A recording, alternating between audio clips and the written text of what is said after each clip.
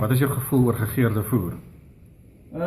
Daar's sekere geure wat ek daarvan hou wat ek my voer sal geur mee. Byvoorbeeld Traction is een van my gunsteling geure wat ek van hou in my voer. Ek begin altyd met Traction in my voer. En ek sal my voer aanmaak en dan as my voer so 10 minute gestaan het, sal ek heeltemal sal ek die hele boorste gedeelte van my voer sal ek heeltemal cover met Traction spray. En dan sal ek hom deur meng wat hy egalig reg deur dieselfde geur is.